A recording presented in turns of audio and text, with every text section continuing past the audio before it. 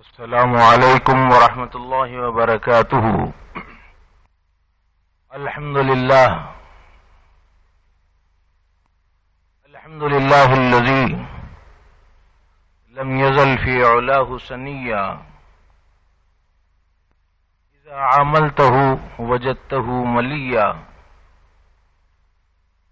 وإن عاهدته وجدته وفیا قطرة من بحر جوده تملأ الأرض رأيا ونظرة بعين رحمته تصير الكافر وليا الجنة لمن نتعه ولو كان عبدا حبشيا والنار لمن نصاه ولو كان شريفا قرشيا ونشهد أن لا إله إلا الله وحده لا شريك له شهادة بهية زكية ونشهد أن سيدنا ونبينا ومولانا محمدا عبده ورسوله رضينا بالله ربا وبالإسلام دينا وبمحمد صلى الله عليه وسلم رسولا نبيا صلی اللہ علیہ وعلی آلہ واصحابہ وبارک وسلم تسلیما کثیرا کثیرا الی یوم القیامۃ مأتیا اما بعد اعوذ باللہ من الشیطان الرجیم بسم اللہ الرحمن الرحیم الا ان اولیاء اللہ لا خوف علیہم ولا هم يحزنون الذین آمنوا وكانوا يتقون لهم البشرى في الحياة الدنيا وفي الآخرة لا تبديل لكلمات الله ذلك هو الفوز العظيم صدق الله العظيم۔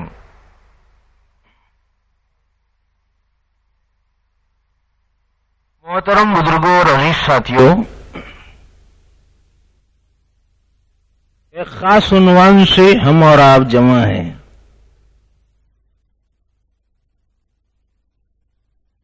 آپ حضرات کی خدمت میں حاضری ہوئی ہے، لیکن بہت دن ہو گئے۔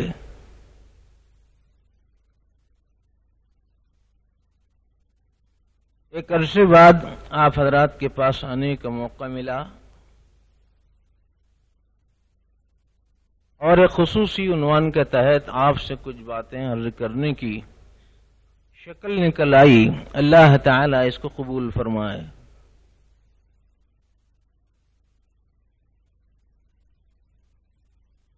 عنوان آپ حضرات نے دیکھا ہے اور سنا بھی ہے،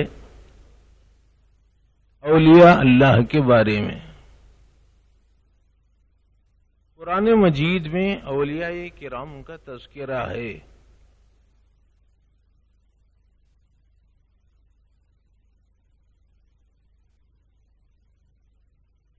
دو تین جگہوں پر خاص طور پر تذکرہ ملتا ہے۔ ایک تو یہ وہ آیت جو پڑھی گئی،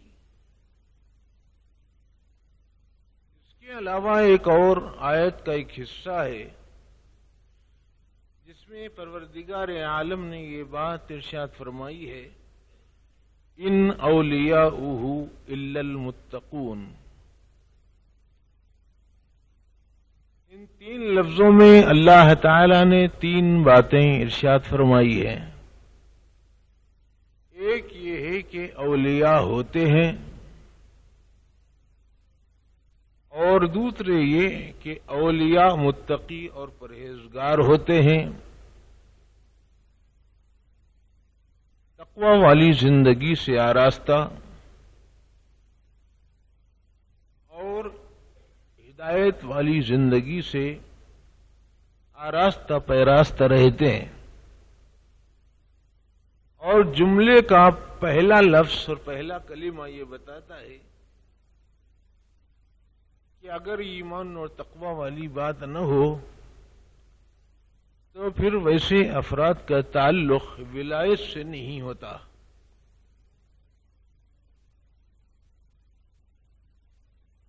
عربی اور اردو میں اس کو انہیں نافیہ کہا جاتا ہے. ترجمہ اس کا یہ نہیں ہے اس کے اولیاء مگر متقی. ایک کلمہ ان کے معنی اگر کے بھی آتے ہیں بہت سی جگہوں پر، بعض جگہوں پر نہیں کے معنی آتے ہیں. آپ حضرات علمی ماحول میں رہتے ہیں، سنتے کرتے رہتے ہیں. تو قرآن مجید میں اولیاء کا ذکر موجود ہے. اولیاء ولی کی جمع ہے. ولی کے معنی دوست کے آتے ہیں، چہیتے کے آتے ہیں، چاہنے والے کے آتے ہیں، محب کے آتے ہیں، محبوب کے آتے ہیں، نگران کے آتے ہیں، سرپرست کے آتے ہیں. اس قسم کے مختلف معانی میں اس کا استعمال ہوتا ہے.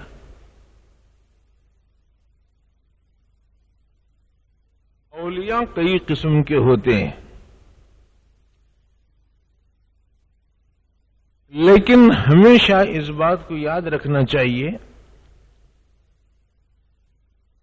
کہ اللہ تعالی نے قرآن مجید میں جہاں رحمان کے اولیاء کا ذکر فرمایا ہے، وہیں پر جو لوگ جن کا تعلق کفر و ضلالت سے ہوتا ہے ان کو قرآن مجید اولیاء شیطان سے تعبیر کرتا ہے.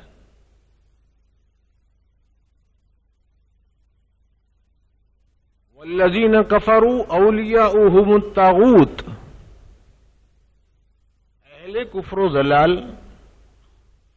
خدا اور اس کے رسول کا انکار کرنے والے انسان، وہ شیاطین کے دوست ہوتے ہیں. اور جو ایمان والے ہوتے ہیں، اعمال صالحہ والے ہوتے ہیں، تقوی اور طہارت اور پاکیزہ زندگی والے ہوتے ہیں، عقل حلال صدق مقال جن کا وتیرہ ہوتا ہے،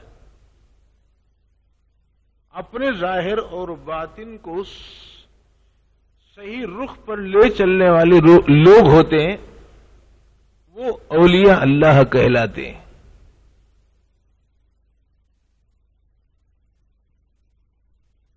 اولیاء کی یوں تو بہت سی قسمیں ہیں. بعض اولیاء مخیر کہلاتے ہیں اور بعض اولیاء ابدال کہلاتے ہیں اور بعض اولیاء کرام اخیار کہلاتے ہیں، بعض اوتاد کہلاتے ہیں. اوتار نہیں، وہ غلط ہے. واللہ جی واللہ اور اس کا جو مضمون لوگوں کے ذہنوں میں ہے وہ نہیں. وتد جو ستون اور کھمبے کے معنی میں آتا ہے. اور بعض اولیاء مستورین اور مکتومین ہوتے ہیں، یعنی ان کو چھپایا جاتا ہے اور وہ چھپی ہوئی حالت پر رہتے ہیں.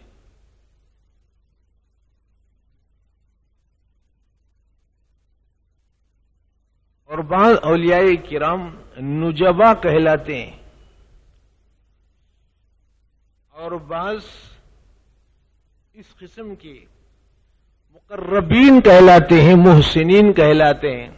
حضرت حکیم الامت مولانا اشرف علی صاحب تھانوی رحمۃ اللہ علیہ کی کتاب شریعت اور طریقت میں اولیاء کے باب میں اگر کسی کو تفصیل دیکھنا ہو تو وہاں دیکھ لیں. میں ان تفصیلات میں آپ کی خدمت میں جانا نہیں چاہتا. آپ کے سامنے کچھ چھوٹی چھوٹی تازہ تازہ اور سادہ سادہ اور افادیت عامہ والی بات ہم آپ سے عرض کریں گے. البتہ اتنا یاد رکھیے کہ سادہ لفظوں میں ہم یوں کہہ سکتے ہیں اولیاء دو قسم کے ہوتے ہیں. بعض ہوتے ہیں چھوٹے ولی، بعض ہوتے ہیں بڑے ولی.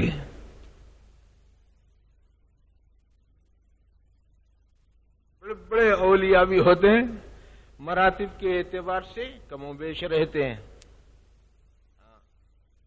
اب ایک خاص بات یاد رکھ لینا کہ ولایت شروع کہاں سے ہوتی ہے۔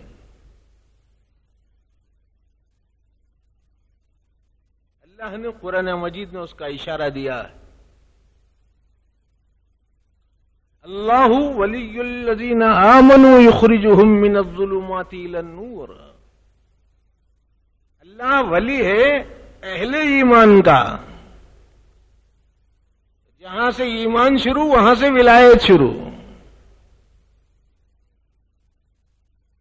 یہ الگ بات ہے کہ یہ ولایت عامہ ہوگی اور بعد میں مراتب کے اعتبار سے ولایت خاصہ ہوگی، وہ الگ بات ہے، لیکن ولایت شروع ہو جاتی۔ جہاں سے ہدایت شروع، جہاں سے ایمان شروع وہاں سے ولایت شروع۔ اللہ جب اس کے ولی ہو گئے ہیں تو وہ اللہ کا ولی کیوں نہیں رہے گا؟ اللہ ہی جب اس کے ولی ہیں، اور وہ خود کہہ رہے ہیں کہ میں اہل ایمان کا ولی ہوں،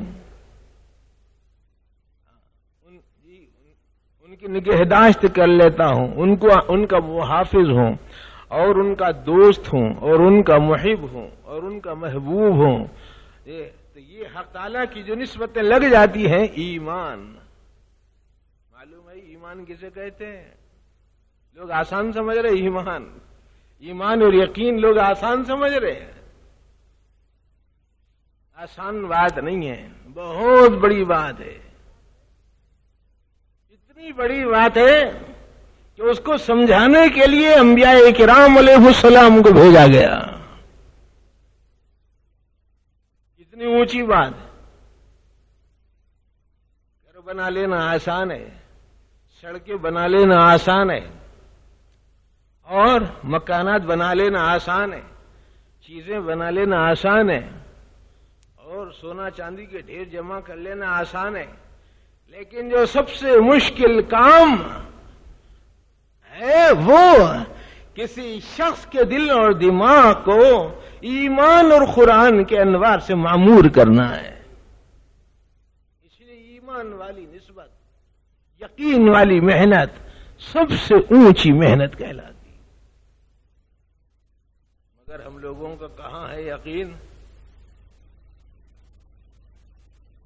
ہمارا یقین تو غیر پر آ گیا، اللہ کی ذات پر یقین کہاں؟ بہت سمجھدار لوگ ہیں یہاں کے لوگ۔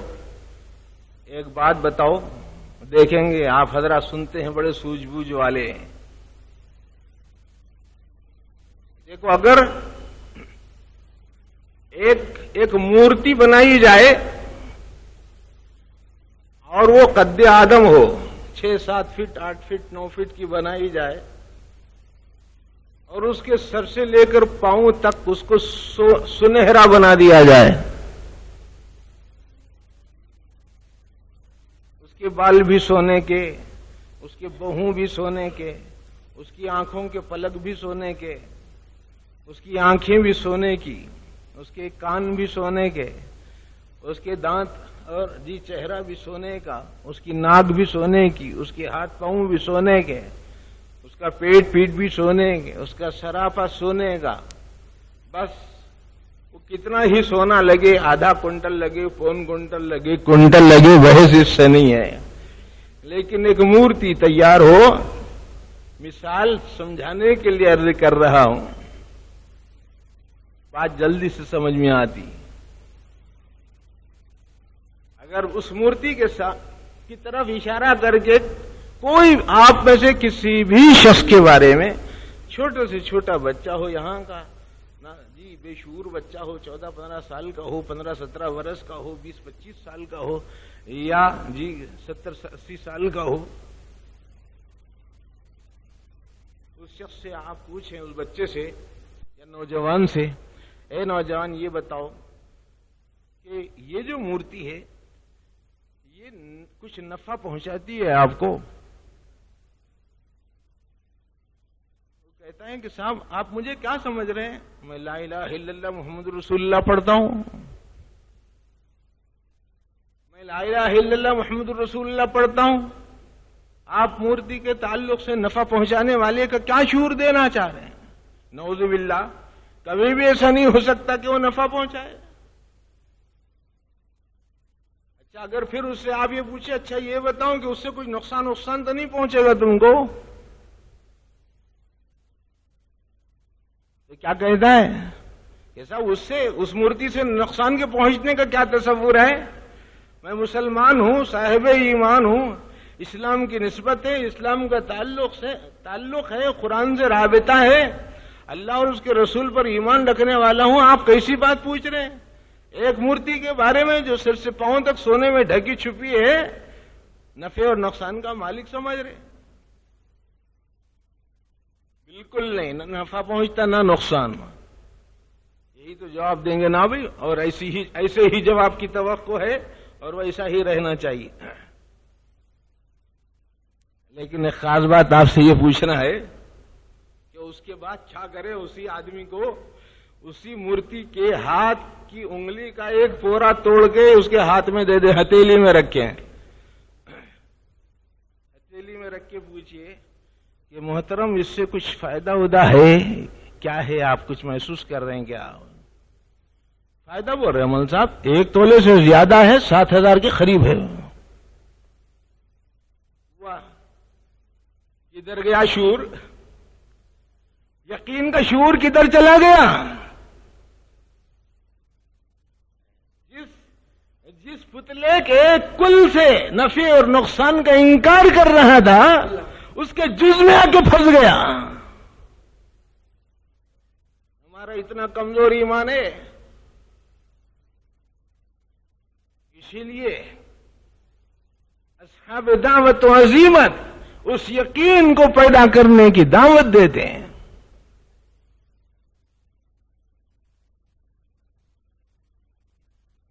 حضرت مولانا محمد صاحب پالن پوری رحمت اللہ علیہ ہم لوگوں کی تفصیلات سن کر ارشاد فرمایا کہ ہاں ماشاءاللہ آپ لوگوں کا سلسلے دعوت بھی ہے اور سلسلے معرفت بھی ہے، اللہ پاک استقامت کی توفیق بخشے۔ بہت خوش ہوتے ہیں اکابر تفصیلات سننے کے بعد۔ میرے دوستوں، جو آدمی سر سے لے کر پاؤں تک کے کل کے ساتھ نفع اور نقصان کے انتصاب کو گوارا نہیں کر رہا تھا، آج اس کے معمولی سے ٹکڑے کے ساتھ یقین کو وابستہ کرتا ہے اور نفع اور نقصان کو اس میں سمجھنے لگا۔ یہ کتنی کمزوری کی بات ہے۔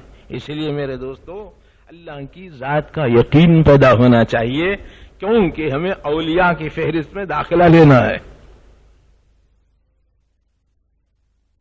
یقین اس ذات کا، مگر نہیں آتا یقین۔ اس یقین کو سمجھانے کی حد کر دی صحابہ کرام نے رضی اللہ تعالی عنہ اجمعین۔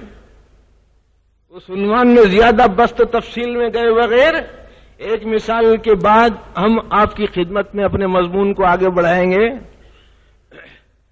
حضرت علی رضی اللہ تعالی عنہ کے پاس ایک شخص آیا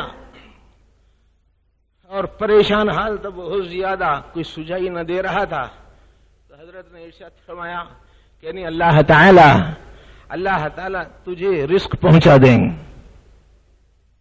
اللہ تعالیٰ تجھے رزق اور روزی کو پہنچا دیں گے۔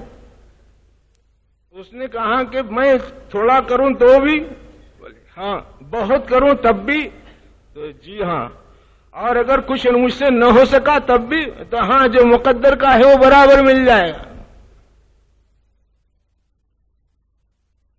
اس آدمی نے کہا کہ صاحب کس طریقے سے ہو سکتا ہے کہ میں کچھ نہ کروں اور مجھے مل جائے؟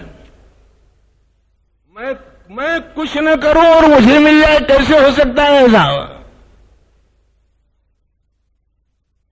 حضرت نے ارشاد فرمایا کہ اگر ایک محل دوسرے محل میں ہو، اور وہ دوسرا محل تیسرے محل میں ہو، اور تیسرا محل چوتھے محل میں ہو، اور چوتھا محل پانچویں محل میں ہو، اور پانچواں محل چھٹے محل میں ہو، اور چھٹا محل ساتویں محل میں ہو، اور ہر دیوار بند ہو، ہر دروازہ مقفل ہو، اور ہر کھڑکی کو چن دیا گیا ہو، کوئی راستہ نہ ہو، اور تو ساتویں محل کے بیچ کمرے میں بیٹھا ہوا ہو، تب بھی رزق آ جائے گا،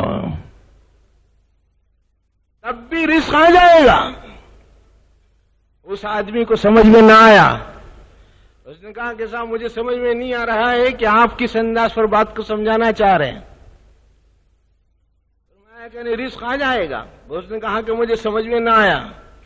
اور میں کہا اچھا یہ بتا، اگر ہر راستہ مقفل اور مسدود اور بند ہو اور تو 7ویں محل میں موجود ہو اور تجھ تک کھانے اور پانی کے پہنچنے کی کوئی سبیل نہ ہو، تو ایسی صورت میں پھر تیرا کیا ہوگا؟ ایسی صورت میں تیرا کیا ہوگا؟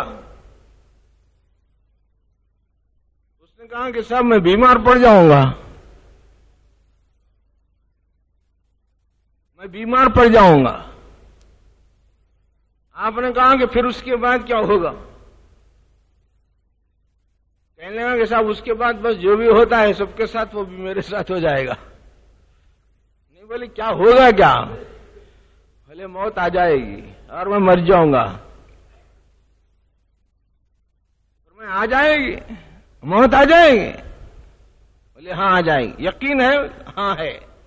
اور میں اللہ کے بندے، جس راستے سے موت آ سکتی ہے اسی راستے سے رزق آ جائے گا. بولا جس راستے سے موت آ سکتی ہے اسی راستے سے رزق الہی آ جائے گا. اتنا یقین پیدا کرنا پڑتا ہے. میرے دوست، اللہ والا بننے کے لیے تھوڑی آواز بلند کرو. اللہ والا بننے کے لیے ایمان کا ہونا ضروری ہے. ایمان کے بغیر اللہ والا نہیں ہوا. کوئی نہیں ہوا آج تک اور قیامت تک کے نہیں ہو سکتا. اللہ ولی الذین آمنوا یخرجهم من الظلمات الى النور والذین کفروا اولیاؤهم الطاغوت یخرجونهم من النور الى الظلمات اولئک اصحاب النار هم فیہا خالدون. اللہ پاک نے یہ بات ارشاد فرمائی، الا ان اولیاء اللہ، آگاہ ہو جاؤ، گوشے ہوش سے سنو، دل کے کان کھول کے سنو، خوب دھیان سے سنو. بلا شبہ جب کوئی بات بہت تاکید سے کرنا چاہتے ہیں تو الا اول کے لاتے ہیں. ایک ہے عین سے الا اور ایک ہے الف والا الا. ہاں دونوں الگ الگ ہے. مگر مشکل ہو ہماری نادانیوں کا، بس کون سا حرف ہے، کون سا مخرج ہے، کون سا لفظ ہے، مخارج حروف کیسے ادا ہو رہے ہیں، اس کے کیا معنی بن رہے ہیں، کس قسم کا مفہوم ادا ہو رہا ہے، کوئی سجائی نہیں دیتا. بس انا بلا شبہ یہ بات تحقیقی ہے، غیر تحقیقی نہیں ہوتی. اولیاء اللہ، اللہ کے دوست، لا خوف علیہم، ان پر کوئی خوف نہیں ہوگا، ولا هم یحزنون، اور وہ غمگین بھی نہیں ہوں گے. نہ خوف نہ غم، نہ خوف نہ حزن. خوف کس کو بولتے ہیں؟ خوف کہتے ہیں مستقبل میں پیش آنے والے اندیشے کو. پتہ نہیں جنت میں جانے کے بعد 1000 سال رکھ کے واپس بھیج دیے تو اس کو بولتے ہیں جی. اور اگر 1000 برس کے بعد میری جوانی چھن گئی تو ہے نا. اور اگر جی 50,000 برس کے بعد اللہ پاک مجھے جنت سے نکال کر جہنم میں بھیج دے تو پتہ نہیں، ہو سکتا ہے بھیج دے. اس قسم کے جو اندیشے ستاتے ہیں نا، ہاں معلوم نہیں جنت میں مجھے لے جایا جائے گا یا نہیں لے جایا جائے گا. اگر لے جایا جائے گا تو پھر باقی رکھا جائے گا یا واپس بھیج دیا جائے گا. اس قسم کے آدمی کو جو اندیشے ستاتے ہیں مستقبل سے متعلق، اس کو خوف کہتے ہیں. اور حزن کسے کہتے ہیں؟ حزن پچھلی زندگی کے بعض حالات ذہن میں آ کر، نظر میں آ کر دل کے لیے کھٹکا بننا. دل میں ٹیس لگتی ہے کچو کے لگتے ہیں آدمی کو. یاد آتا نا ماضی کے کچھ حالات یاد آتے ہیں, یاد آ کے کچھ تکلیف پہنچتی ہے, کچھ حادثات یاد آتے, کچھ واقعات یاد آتے, کچھ تکلیف دینے والی چیزیں یاد آ جاتی ہیں, کچھ امور و حوادث یاد آ جاتے ہیں. اس کی وجہ سے آدمی کے دل پر ایک خاص طرح کا یہاں کا اندیشہ سوار ہو جاتا ہے, تکلیف ہوتی ہے, تو وہ حزن کہلاتا ہے. اللہ پاک اللہ والوں کو خوف اور حزن سے بے نیاز بنا دیتے ہیں. ایک ہے تفسیری مطلب, سیدھا سادہ مطلب ہے کیا, جو بھی جنت میں جائے گا وہ خوف اور حزن سے بے نیاز ہو جائے گا. یعنی یہ کہ اللہ والے ایماندار ہوتے ہیں اور ایماندار اولیاء جنت میں چلے جائیں گے. جب جنت میں جائیں گے تو خوف کا آئے گا, حزن کا آئے گا. البتہ ایک اور مفہوم ہے, وہ کیا, وہ یہ کہ اللہ والوں کی زندگی جس طریقے سے دنیا داروں کی زندگی کے نشیب و فراز میں مختلف قسم کے دنیاوی اندیشے اور دنیاوی مختلف قسم کی الجھنوں میں جیسے دنیا کے لوگ پھنسے ہوئے رہتے ہیں, ویسے وہ لوگ اس خوف اور حزن کی دنیا میں نہیں رہتے, بلکہ اس سے برتر اور اعلیٰ اوصاف کے حامل ہوتے ہیں اور اللہ تعالیٰ کے مقرب رہتے ہیں اور اللہ کے رسول صلی اللہ علیہ وسلم کے اسوے پر چلنے والے ہوتے ہیں. تو کچھ ہوتے ہیں چھوٹے ولی اور کچھ ہوتے ہیں بڑے ولی.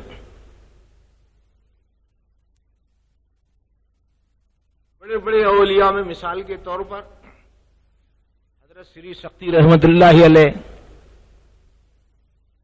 حضرت ابراہیم بن ادہم رحمت اللہ علیہ,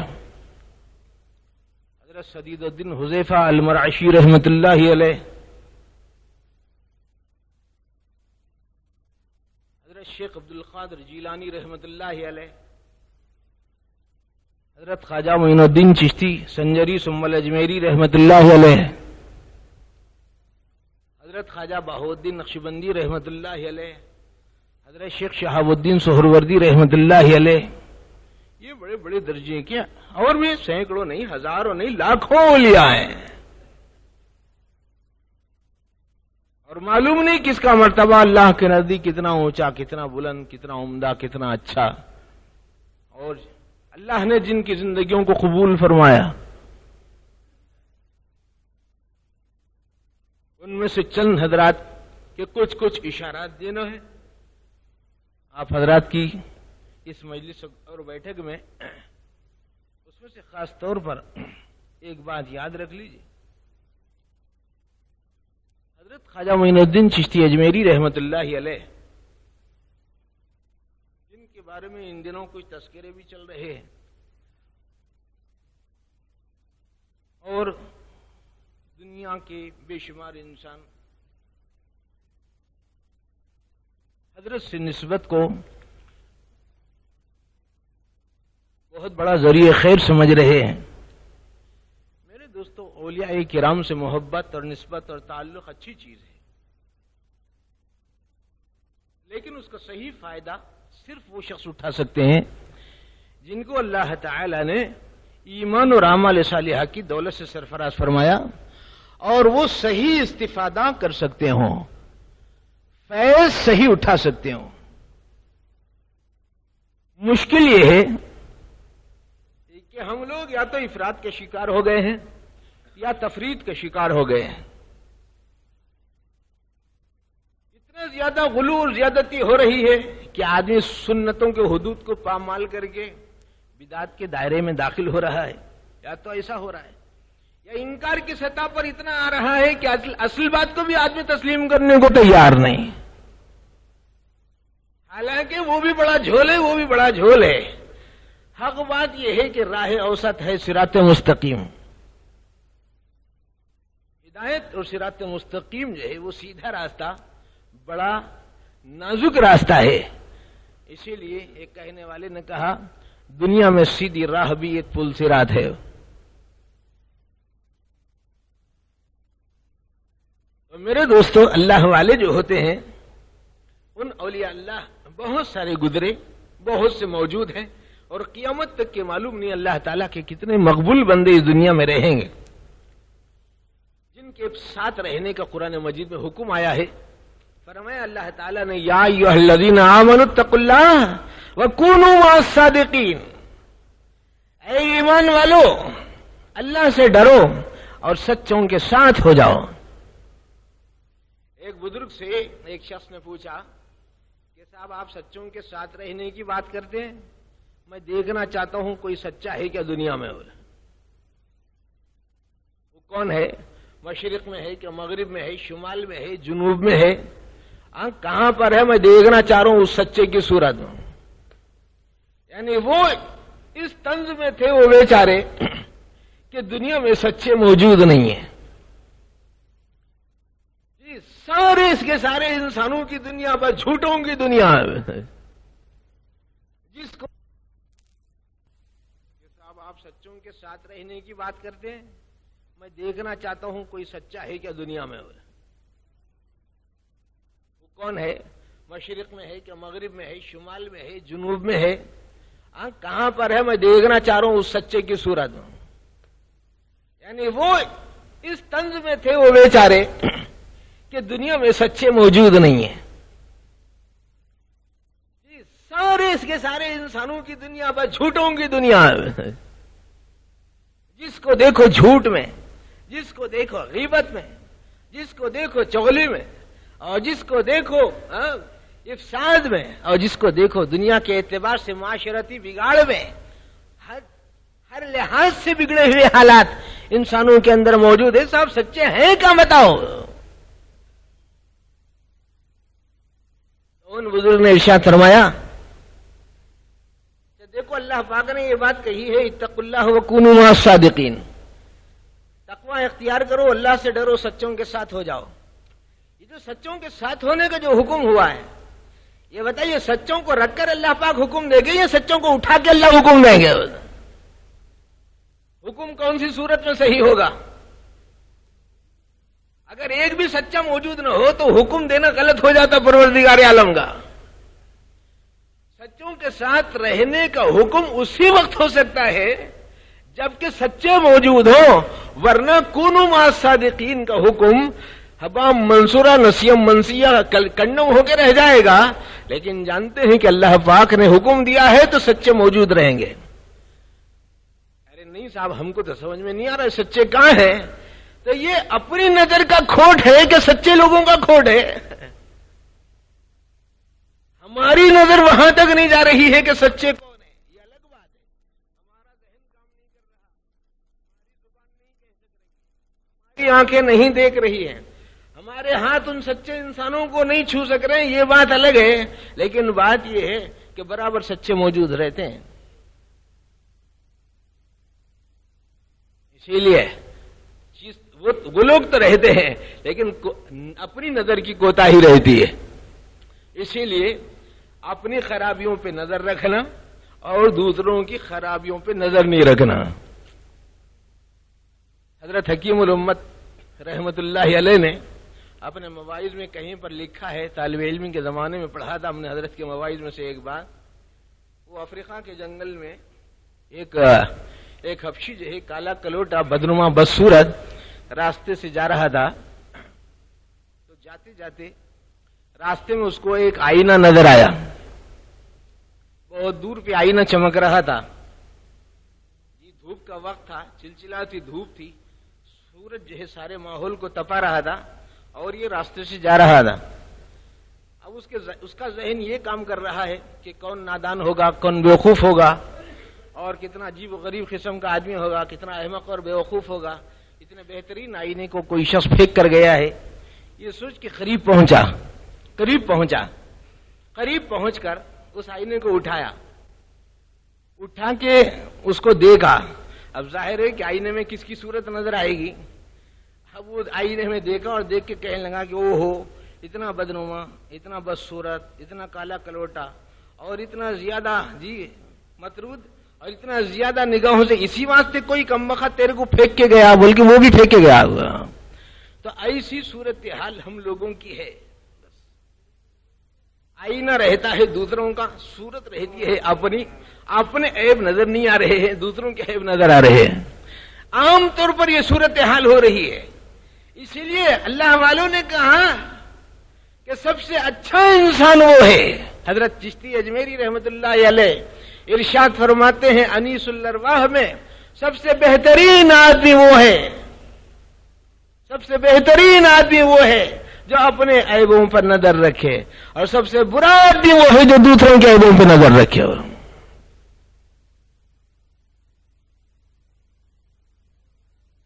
حضرت خواجہ معین الدین چشتی اجمیری رحمت اللہ علیہ، اللہ پاک نے جن کو نوازا، اتنا نوازا، اتنا نوازا کہ حضرت حکیم الاسلام الاستاذ قاری محمد طیب صاحب رحمت اللہ علیہ کی ایک کتاب میں منقول ہے کہ حضرت چشتی اجمیری رحمت اللہ علیہ کے ہاتھ پر اسلام لانے والوں کی تعداد 90 لاکھ سے زیادہ ہے. آج ہے ہمارے ہاتھ پر کوئی اسلام قبول کر رہا ہے؟ ارے صاحب، جو اسلام میں ہے وہ بھی دور بھاگ رہا ہے. ایک حضرت عبد القادر جیلانی رحمت اللہ علیہ تھے جن کے چہرے کو دیکھنے کے بعد ہر گزرنے والے کی زبان بے اختیار پکار اٹھتی تھی کہ یہ جھوٹے کا چہرہ نہیں ہوتا. لیکن آج ہم مسلمانوں کی صورتحال ایسی ہے کہ دنیا ہماری طرف نظر اٹھا کے کہتی ہے کہ کسی جھوٹے کو دیکھنا ہے تو دیکھ لو. میرے دوست، کیا صورتحال ہے ہمارے اس معاشرے کی. اسی لیے بہت محتاط ہو کے زندگی بسر کرنے کی ضرورت ہے. اپنی نظر میں احتیاط، اپنی زبان میں احتیاط، اپنی سماعت میں احتیاط، اپنی گرفت میں احتیاط، اپنے ہاتھ پاؤں کی نقل و حرکت میں احتیاط ہونا چاہیے. احتیاط ہے.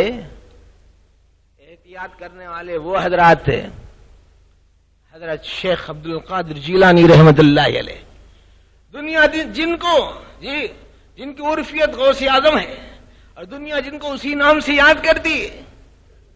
حضرت کے والد ماجد ابو صالح جنگی دوست رحمت اللہ علیہ کے بارے میں آتا ہے. ویسے اس واقعے کا انتساب بعض علماء حضرات نے عبداللہ ابن مبارک رحمت اللہ علیہ سے کیا ہے، لیکن بعض حضرات نے حضرت شیخ عبد القادر جیلانی رحمت اللہ علیہ کے ابا اور ان کے والد ماجد ابو صالح جنگی دوست رحمت اللہ علیہ سے کیا ہے. چاہے انتساب اس شخصیت سے ہو یا ان سے یا کسی اور تیسرے شخص سے، لیکن نفس واقعہ اپنی جگہ پر اتنا عجیب ہے کہ ہم لوگوں کے ضمیر کو جھنجھوڑنے کے لیے کافی ہے. ایک مرتبہ دریا کے کنارے حضرت ٹھہرے ہوئے تھے، بھوک کی شدت میں تھے، کھانے کو کچھ نہ ملا تھا. اس بھوک کی بےتابی میں دریا کے اوپر سے ایک سیب بہتا ہوا آیا. آپ نے وہ سیب لیا اور کھا لیا. وہ سیب لیا اور کھا گئے. جیسے ہی کھایا تنبہ ہوا، ضمیر آپ کو ملامت کرنے لگا. ابو صالح، جو سیب تم نے استعمال کیا ہے، اچھا یہ بتاؤ کہ وہ خرید کے استعمال کیا بغیر خریدے استعمال کیا؟ آپ نے کہا کہ نہیں، خریدا تو ہے. اچھا جب ایسی بات ہے تو یہ بتاؤ اس کا جو مالک ہے اس سے تم نے اجازت لی یا نہیں لی؟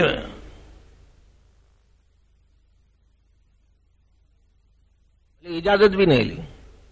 تو نہ مالک سے اجازت لی اور نہ اس کی قیمت تم نے ادا کی، بازار میں بھی نہیں خریدا، تو پھر اس کے استعمال کا حق کیسے ہو گیا؟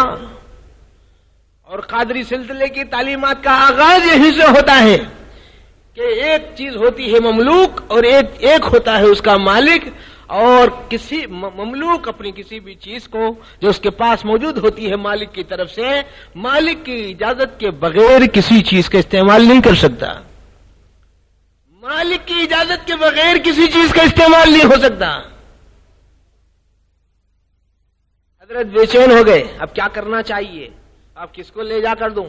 پتہ نہیں یہ سیب کس کا ہے. ایک ہی شکل سمجھ میں آ رہی ہے. دریا کے کنارے چلتے چلتے چلتے رہو، ہو سکتا ہے کوئی باغ ملے، کوئی درخت ملے، کوئی شخص ملے جس کے واسطے سے یہ معلوم ہو جائے کہ یہ سیب وہاں سے آیا ہے. اس کے مالک کا ہاتھ پکڑوں اور اس سے معافی مانگ لوں. چلتے رہے، پتہ نہیں کتنے میلوں چل گئے. ایک باغ نظر آیا، ایک درخت کی کوئی شاخیں پانی کے اوپر لٹک رہی تھی، جس کے پاس کچھ سیب بھی لگے ہوئے تھے. آپ نے اندازہ لگا لیا کہ ہو نہ ہو یہی باغ، یہی درخت، اسی طرح یہیں کا سیب ہے. وہاں پہنچے، مالی سے دریافت کر لیا، مالک کے پاس پہنچے. وہ مالک تھے حضرت عبداللہ صومعی رحمت اللہ علیہ. عبداللہ صومعی رحمت اللہ علیہ تھے، وہ بھی اللہ والے بسا بزرگ تھے. انہوں نے کہا کہ کیسے آنا ہوا؟ آپ نے کہا کہ آپ کے باغ کا ایک سیب آپ کی اجازت کے بغیر استعمال کر لیا ہوں، آپ سے معافی مانگنے کے لیے آیا ہوں. احتیاط ہے ہم لوگوں کے پاس؟ کس کو کہتے ہیں احتیاط؟ ہاں، کسی بھی چیز کی احتیاط نہیں ہو ہمارے پاس. حضرت عبداللہ صومعی رحمت اللہ علیہ سمجھ گئے کہ یہ معلوم ہوتا ہے کہ کسی ہونہار خاندان کا، بہترین خاندان کا ہونہار فرزند ہے، اور یہ غیر شادی شدہ یہ نوجوان جس کی اس جوانی میں 15 16 17 18 برس کی اس عمر میں اس کے تقوی کا یہ عالم ہے کہ ایک سے بغیر اجازت کے کھا لیا ہے تو بے چین ہو کے آیا. کہیں ایسا نہ ہو کہ حشر کے میدان میں اللہ پاک اس سے سوال کرے. وہ سمجھ گئے اور اس کے بعد اپنی گرفت مضبوط فرمائی اور سوچ لیا اندرونی سطح سے اپنے ذہن میں کہ ہو نہ ہو اس کی گرفت مضبوط کر کے اس کو اپنے قابو میں رکھنا چاہیے. آپ نے ارشاد فرمایا کہ دیکھو تم نے بہت بڑا قصور کیا ہے، اور یہ ہو سکتا ہے کہ حشر کے میدان میں اللہ پاک پوچھ لے، اس لیے کہ یہ معاملہ حقوق العباد سے متعلق ہے. اس لیے ایسا کرو، میں تم کو تمہارے اس قصور کی معافی کے لیے تو تیار ہوں، لیکن آپ کو کچھ شرط کو پورا کرنا ہوگا. بعض شرائط اس کو پورا کرنا پڑے گا. آپ نے کہا کہ ارے بھائی کہیں ایسا نہ ہو کہ اللہ تعالیٰ سوال کرے، کہیں ایسا نہ ہو کہ قبر کی دنیا میرے لیے کٹھن ہو جائے، کہیں ایسا نہ ہو حشر کے میدان میں ضیق اور تنگی میں مبتلا ہو جاؤں، کہیں ایسا نہ ہو کہ اللہ پاک اس حقوق العباد کے تعلق سے جو کوتاہی ہو گئی اگر اس بارے میں اللہ پاک گرفت کر لے تو پھر میرے لیے چھٹکاری کی کوئی سبیل نہیں ہے. کہنے لگے کہ صاحب آپ جو شرط فرما دیں گے اس شرط کو میں پورا کیے دیتا ہوں، مگر مہربانی کر کے معاف کر دینا، معاف کر دینا. آپ نے کہا کہ ابھی نہیں معاف کروں گا، جب شرط پورا کریں گے تب معاف کروں گا. جب شرط بتاؤں گا، جب پورا کریں گے تب معاف کروں گا. آپ نے کہا کہ فرمائیے کیا شرط ہے؟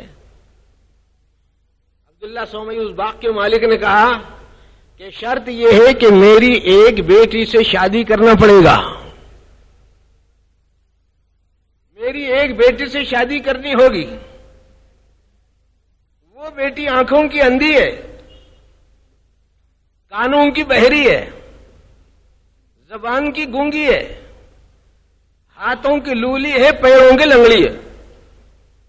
ایسی ہے ویسی ہے جیسی ہے کرنا پڑے گا.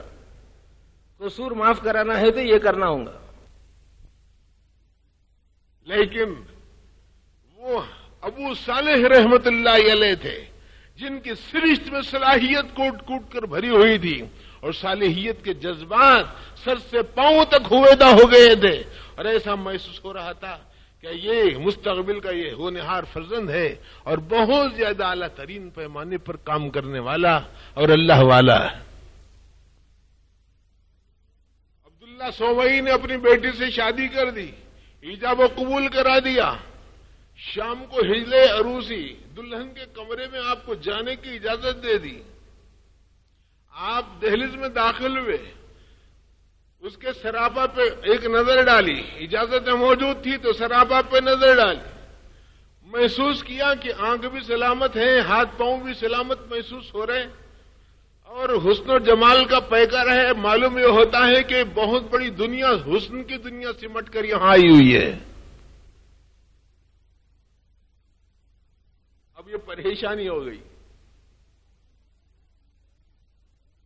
فوراً لوٹ آئے، اب اپنے خسر محترم کی خدمت میں آئے. کہنے لگے کہ صاحب آپ سے غلطی ہوئی یا مجھ سے غلطی ہوئی؟ بولے کیوں، کیا بات ہوئی؟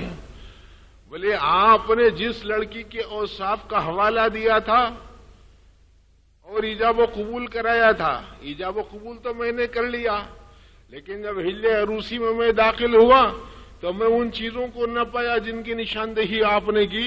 کہیں ایسا تو نہیں کہ لڑکی بدل گئی ہو جی، اور کہیں ایسا تو نہیں کہ پھر ایک نشد دو شدوں مبتلا ہو جاؤں. پہلے ہی جی بہت سی افتاد کا مارا، بہت دور سے آیا ہوں.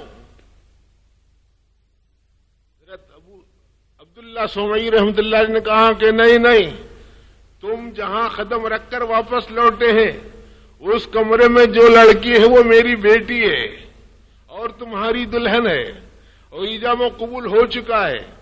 مراحل نکاح سارے کے سارے ظاہری مراسم کے اعتبار سے پورے ہو گئے ہیں. آپ دلہا ہے، وہ دلہن ہے. اجازت کے سارے دائرے کھلے ہوئے ہیں. اس لیے ایسا کرو، اب آپ جاؤ اور آرام سے رہو. آپ نے کہا کہ نہیں، آپ نے تو یہ شرطیں لگائی تھی. تو عبداللہ سومئی رحمت اللہ نے کہا کہ میں نے اپنی اس بیٹی کو اندھی اس لیے کہا کہ زندگی میں کبھی بھی اس کی نظر حرام پر نہیں پڑی. بولو، میں نے اس کو گونگی اس لیے کہا کہ کبھی بھی اس کی زبان کے اوپر جھوٹ اور غیبت نہیں آیا. میں نے اس کے ہاتھوں کو لولا اس لیے کہا کہ کبھی بھی ظلم اور ستم کے اعتبارات کو لے کر کبھی اس کے ہاتھ آگے نہیں بڑھے. اور اس کے پیروں کو لنگڑا اس واسطے کہا، لنگڑی، کہ کبھی بھی اس کے قدم ظلم و ستم کے اعتبار سے کسی حرام کی طرف اٹھے اور چلے نہیں. اس لیے میں نے کہا، اور اس کے کان گانوں سے اور حرام قسم کی مسموعات سے آشنا نہیں ہے. اس واسطے میں نے کہہ دیا اندھی ہے، بہری ہے، گونگی ہے، لنگڑی ہے، لولی ہے، جاؤ وہ آپ کی بیوی ہے. میرے دوست، وہ لڑکی کون ہے معلوم ہے؟ وہ لڑکی تھی امت الجبار جی، ام الخیر امت الجبار بی بی فاطمہ رحمت اللہ علیہا، جن کے بطن سے اور جن کے پیٹ سے حضرت پیران پیر محبوب سبحانی شیخ عبد القادر جیلانی رحمت اللہ علیہ وجود میں آئے. وہ ہے امی جان ان کے. آدمی آج آسانی سے پوچھتا ہے، صاحب کوئی تعویذ دے دیجئے. میرے پاس بھی بہت سارے آتے رہتے، کوئی تعویذ دے دو بچے اچھے ہونا، ہاں کچھ نقش دے دیجئے بلائیں دور ہو جانا، کچھ ایسا کر دی، وظیفہ بتا دیجئے اولاد بہترین ہونا، ایسا نقش دے دو کہ بس ہمارے بچے بہترین سے بہترین ہونا. میرے دوست، ایک عجیب نسخہ لے لو بہترین اولاد ملنے کا. وہ کیا ہے؟ بچے اگر اچھے ہونا ہے تو ماں باپ اچھے ہو جانا. اس اگر ماں باپ اچھے ہو جائیں گے تو انشاءاللہ ان کے مستقبل میں ان کی اولاد ان کے ساتھ حسن و سلوک کرنے پہ مجبور ہو جائے گی اور اللہ پاک راستہ کھول لیں گے. اور اگر کوئی بدنصیبی سے اپنے سرپرستوں اور ذمہ داروں کے ساتھ حسن و سلوک نہ کرے تو اللہ تعالیٰ غیب سے ایسا بندوبست کریں گے کہ اس کی نگاہیں خیرہ ہو جائیں گی اور اس کی عقل حیران ہو جائے گی کہ میرے لیے اتنے راستے کیسے کھل گئے. میرے دوستو، کمی اپنے میں ہے، اپنے میں کمی ہے. حضرت عبد الواحد بن زید علامہ ابراہیم دہلوی رحمت اللہ علیہ نے مواعظ کے اندر ایک واقعہ لکھا ہے. خلاصے کے طور پر عرض کرتا ہوں، آپ حضرات ان باتوں کو سنتے ہی رہتے ہوں گے، لیکن ظاہر ہے کہ ہر پھول کا رنگ الگ ہوتا ہے، خوشبو الگ ہوتی ہے، ترتیب کا فرق ہوتا ہے، بولنے کے انداز میں جداگانہ ہوتے. حضرت عبد الواحد بن زید رحمت اللہ علیہ چشتی سلسلے کے مشہور بزرگ ہیں. ایک مرتبہ قلندرانہ ٹائپ میں اللہ پاک سے دعا کی کہ پروردگار، عجیب قسم کی دعا کی. ہر ایک کو ایسی دعا نہیں کرنی چاہیے، لیکن کبھی کبھی بعض اللہ والے اس قسم کی دعائیں ان سے ہو جاتی ہیں یا کرتے ہیں تو اس کے پیچھے اللہ تعالیٰ کی کچھ مشیت و حکمت کار فرما ہوتی. عبد الواحد بن زید رحمت اللہ علیہ نے اللہ تعالیٰ سے دعا کی کہ پروردگار، دنیا کی جو عورت جنت میں میری رفیق حیات ہوگی اس کو دنیا میں دکھاؤ. سمجھ رہے دعا کیسی کرے؟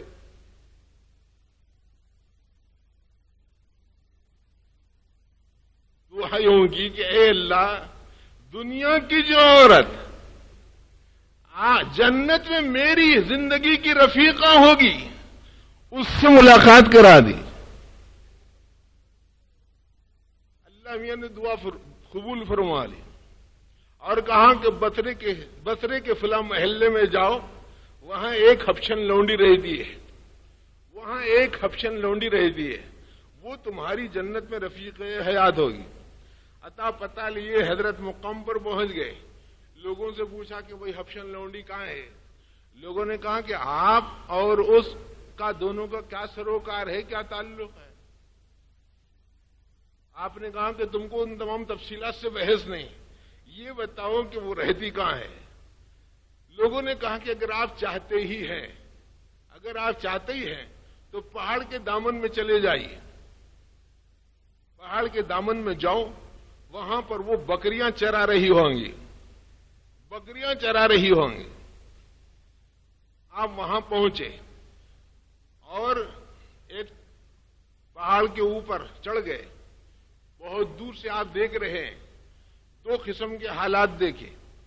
ایک بات یہ دیکھی کہ حبشن لونڈی مصلی بچھائے پہاڑ کے دامن میں مصلی بچھا کر نماز کے لیے کھڑی ہوئی ہے.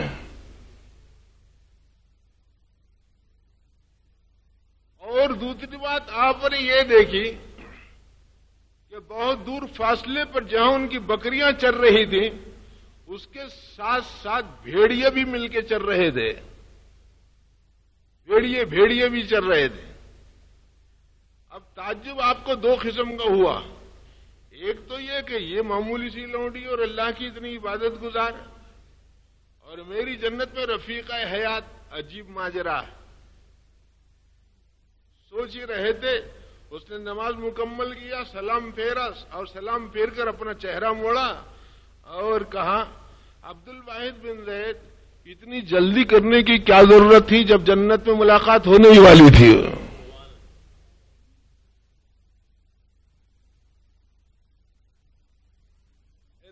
جو حضرات اس واقعے کو دیکھنا چاہتے ہیں، علامہ ابراہیم دہلوی رحمۃ اللہ علیہ کی کتاب کوئی ہو گیا، اکرم المواعظ یا حسن المواعظ یا اشرف المواعظ، 3 مواعظ میں سے کوئی ایک کتاب میں موجود ہے.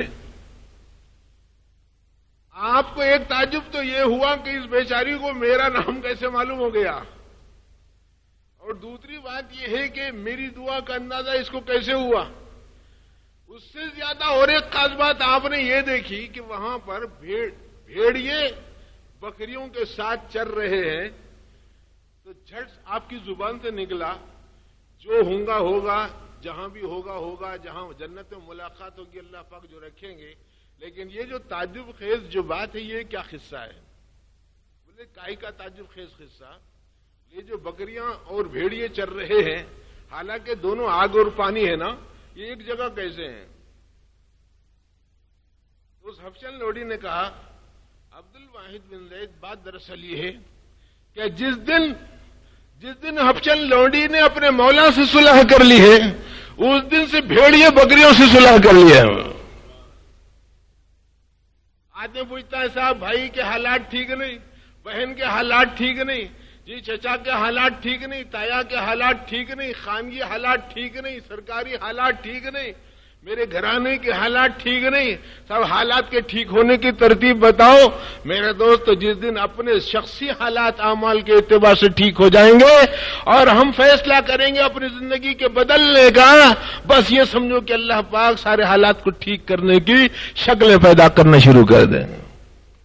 ہم اپنے حالات کو جہاں کے وہاں رکھتے، نماز ہم لوگ نہیں پڑھتے، روزہ ہم لوگ نہیں رکھتے، زکوٰۃ ہم لوگ نہیں دیتے، حج ہم نہیں کرتے، اخلاق سے رہتے نہیں، بچوں کی تعلیم نہیں، تربیت نہیں، بڑوں کا ادب نہیں، بڑوں کی تعظیم نہیں، جی اور اللہ والوں کی عظمت نہیں، ان کی محبت نہیں، اور ماں باپ کی خدمت نہیں، ان کے ساتھ تعلق خاطر نہیں، حقوق کی ادائیگی نہیں. تو میرے دوست کیسے حالات ٹھیک ہو جائیں گے؟ حالات کیسے ٹھیک ہو جائیں گے؟ جہاں تک ممکن ہو اس بات کی کوشش کرنا چاہیے کہ ہم لوگ اللہ تعالی کے ساتھ اپنی نسبت کو خاص کر لیں. بس ہماری نظر غیر پر نہ رہے، اللہ کی ذات پر نظر رہے۔ ہم نے والد صاحب رحمۃ اللہ علیہ سے سنا کہ تصوف، ولایت اور اولیاء کی تعلیم وغیرہ وغیرہ، احسان کی بات کرتے ہیں۔ یہ کیا ہے احسان اور کیا ہے تصوف، کیا ہے ان تعلیمات کا خلاصہ؟ میرے دوست فرمایا کہ اگر تم کو 3 باتیں معلوم ہو گئی تو بہت اطمینان رکھو اس بات کا کہ آپ کو تصوف کی تعلیمات سے آشنائی ہے۔ کیا؟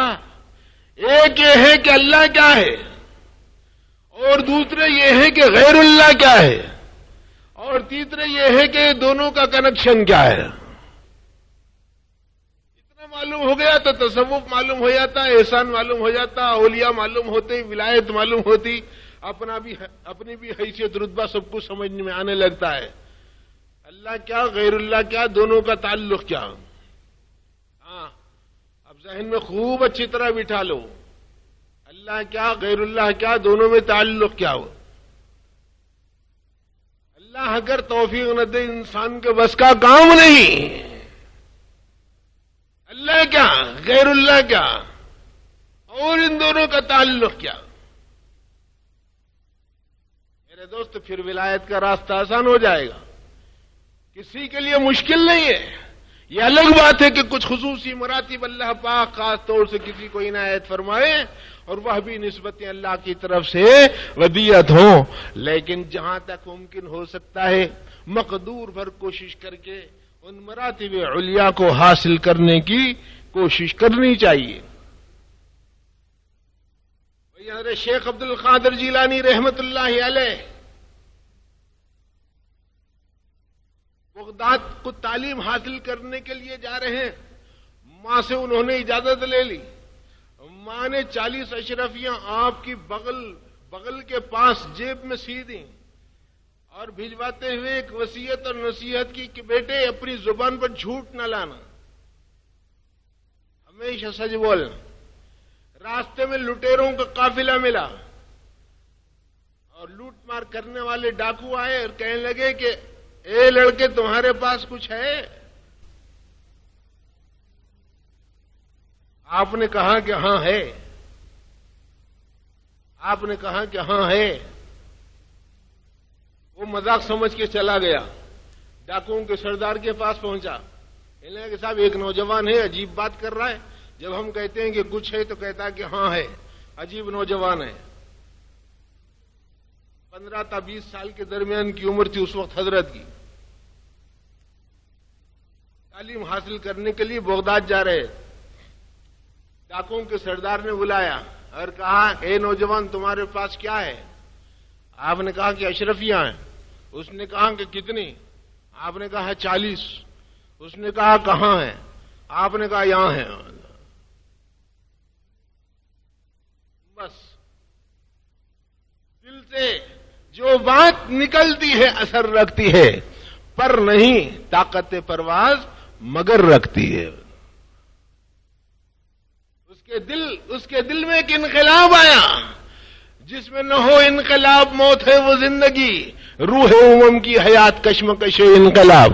ان پریشان ہو گیا، کہنے لگا کہ معلوم ہے کہ ہم لوگ کون ہیں؟ آپ نے کہا کہ ہاں۔ بولے پھر چھپائی کون ہے؟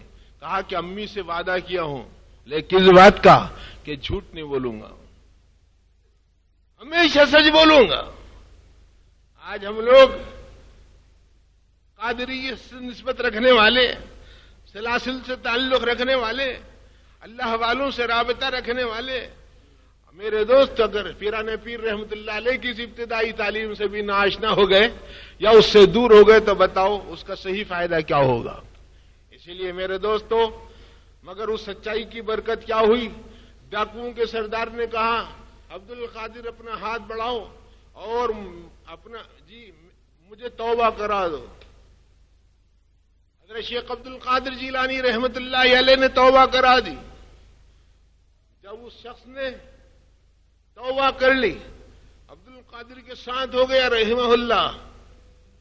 اس کے بعد اپنے باقیہ دوستوں سے کہا کہ تم لوگ یہاں سے چلے جاؤ، تم کو جو کرنا ہے کر لو، میرا تمہارا کوئی تعلق نہیں۔ مگر وہ لٹیرے بھی بڑے سمجھدار تھے، نے کہا کہ صاحب ڈاکوؤں میں بھی آپ بڑے تھے, توبہ میں بھی آپ کو اولیت حاصل ہو گئی, آپ نے توبہ کی تو ہم بھی توبہ کر دیں. سارے کے سارے ڈاکو تائب ہو گئے. سب سے پہلی توبہ تھی وہ جو حضرت شیخ عبد القادر جیلانی رحمت اللہ علیہ کے ہاتھ پر ڈاکوؤں نے توبہ کی. آج ہے کوئی آپ کے ہاتھ, کوئی یہ کہہ رہا ہے کہ صاحب آپ ہم کو سچائی سکھا دیں, آپ ہم کو ایمان بتا دیں, آپ ہم کو قرآن کی آیت سمجھا دیں, آپ ہم کو راست بازی بتا دیں, امانت اور دیانت کے جوہر دکھا دیں. ہے کسی کے پاس؟ الا ماشاء اللہ. میرے دوستو, اللہ پاک نے حضرت شیخ عبد القادر جیلانی رحمت اللہ علیہ کی زندگی کو اتنا محتاط بنایا تھا, اور وہ اتنا زیادہ احتیاط کرنے والے تھے کہ ایک واقعہ نگار نے ایک عجیب بات لکھی ہے. فرمایا جب بغداد کو تعلیم حاصل کرنے کے لیے گئے, ماں کے پاس تھوڑے سے اشرفیاں تھیں, وہ ختم ہو گیا کچھ عرصے میں. اس کے بعد آپ کے اوپر فقر و فاقہ اور تنگ دستی آپ کے ساتھ ہو گئی, بہت زیادہ پریشان ہو گئے. یہاں تک کہ آپ ایک مرتبہ نکلے بھوک کی بے چینی میں, اور راستے سے کوئی چیز اٹھا کے کھانا چاہتے تھے. راستے میں چل رہے تھے تو ایک کاغذ کا ایک فرزہ ملا. اس کاغذ کے فرزے پہ لکھا ہوا تھا, اللہ تعالیٰ کے عاشقوں کے لیے نفس کی خواہشات نہیں ہے. اللہ کے عاشقوں کے لیے نفس کی خواہشات نہیں ہے. پھر ایک دم سہم گئے, کہنے لگے کہ یہ ایک تعزیہ نہ ہے اور مجھے کوئی نصیحت اور خیر خواہی کی بات میرے ساتھ ہو رہی ہے. پھر واپس لوٹے. کچھ وقت بیت گیا, پتہ نہیں کتنے گھنٹے بیتے اور کتنے دن بیتے, کتنا عرصہ بیتا, کھانے کو کچھ نہ ملا.